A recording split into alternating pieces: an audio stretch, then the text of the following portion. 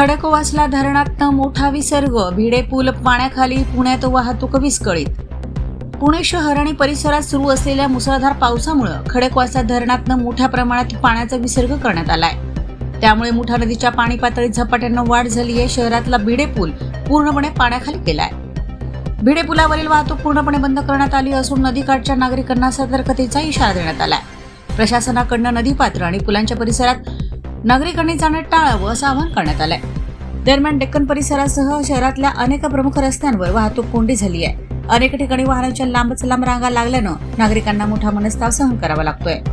कार्यालयीन वेळेत पाऊस आणि वाहतूक कोंडीमुळे प्रवाशांचा खोळंबा झालाय। समोर आलेल्या दृश्यांमध्ये मुठा नदी दुथडी भरून वाहताना तर भिडे पूल पूर्णपणे पाण्याखाली गेल्याचं स्पष्ट दिसतंय। नदीच्या प्रवाहाचा वेगही वाढल्यानं प्रशासनानं कोणत्याही प्रकारचा धोका पत्करू नये असं आवाहनही केलंय।